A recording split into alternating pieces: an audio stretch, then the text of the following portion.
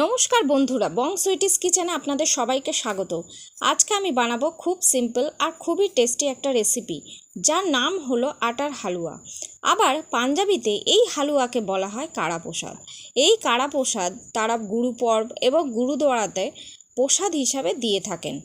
তাহলে দেরি না করে চলুন, হালুয়া বানানোর জন্য আমাদের আগে বানাতে হবে চিনির রস। তার জন্য এখানে আমি 1 কাপ চিনি আর সেই কাপেরই 2 কাপ জল দিয়ে দিলাম। আমি যে কাপটা নিয়েছি সেটা কিন্তু একই মাপের হতে হবে। আর এখানে বলি, চিনির রসটা যে বানাবো সেটা কিন্তু গাঢ় রস হবে না, জাস্ট চিনিটা গলে যাবে আর তারপরেই একটু ফুটলে নামিয়ে নিতে হবে। চিনির রসটা আমাদের হয়ে গেছে।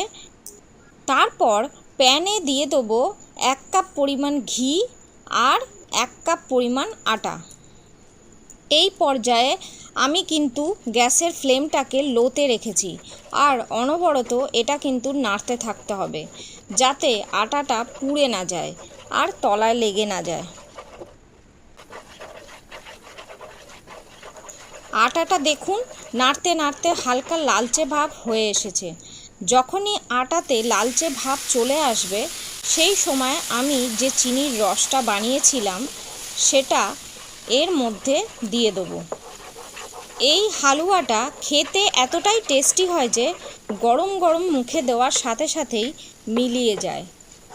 এই হালুয়াতে কিন্তু কোনো ড্রাই ফ্রুটস কিংবা এলাচ দেওয়ার দরকার পড়ে না। এবার দেখুন হালুয়াটা প্যান থেকে ছেড়ে আসছে, তার মানে হালুয়াটা আমাদের রেডি হয়ে গেছে।